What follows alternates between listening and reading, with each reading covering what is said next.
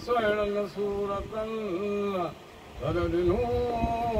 जवाब बीबीअ खे अहिड़े अलफाज़नि त हितां उम्मती उम्मती करे उथिया हज़रत मजा हुजरनि होॾे ध्यान कितान शहर खां जारी यार चवनि विचां गॾियो वाट में राही मंज़र हल पुछाऊंसि तंहिं बि करार करांसि हक़ीक़त होतनि वो को ॾिठो रसूल रब जो सरदार बि जहाननि ओ बि अञा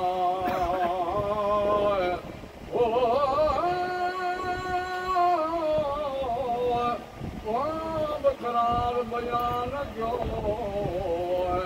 अल्लाह गया सहाबन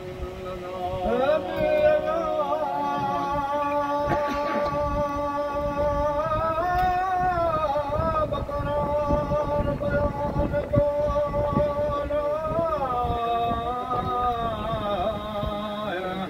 गया सहाबन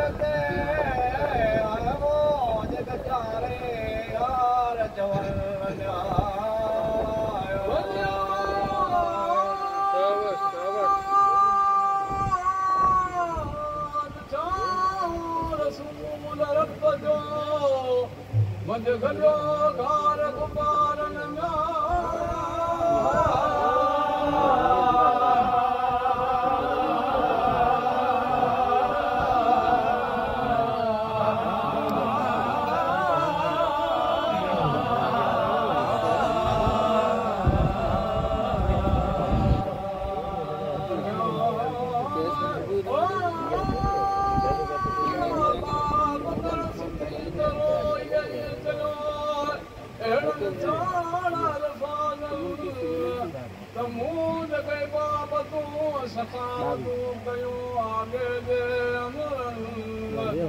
दल सभर जो अधूरो बख़्शियो तुंहिंजे खे उम्मतुनि पर कंहिंजो क़बूल न कयो आगे जे अमरनि पर माण्हू मौत जो फातम करे जॻाए सरताज सभनि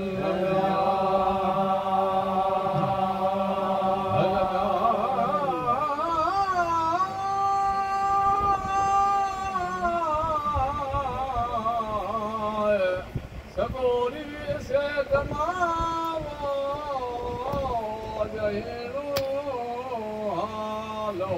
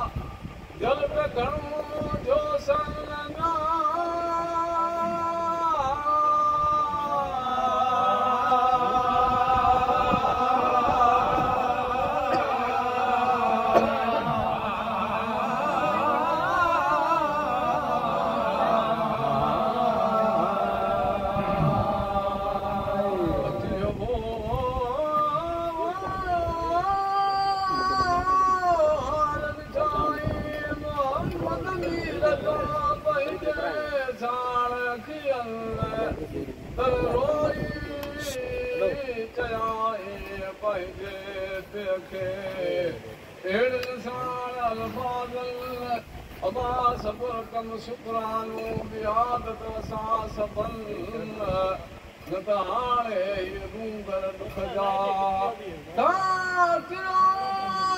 पढ़ण पवनि अथम अफ़सोस मामन जो ला शहादत शहीदनि मौला माफ़ करिए बाधाए बाननि वाघुरी दरगाह में बीबी फातिमत ज़ोहरन कुझु करे रब सां मौला जो मुल्कन कर बख़्शीस उम्मती मूं कर बख़्शीस उम्मती बाबे जन खे मूं सचीअ जे सबबन कादर सां क़बूल कयो अर्ज़ सदो अजीबन मौले मलक मोकिलियो आयो इनकार सन अची बीठो अदब सां खे बाहुनि छुटी उमद तुंहिंजी थी आजी आशिकनि नए फल चवे साहिबिया पिरा थिए पढ़ो सलवातो सलाम हज़रत नबी करीम ते अल्लाहुम्म सल्लि व सल्लिम अलैहि लखे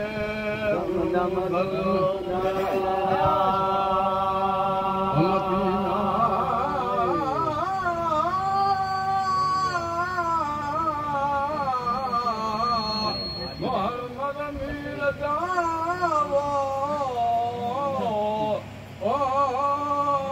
कलम दे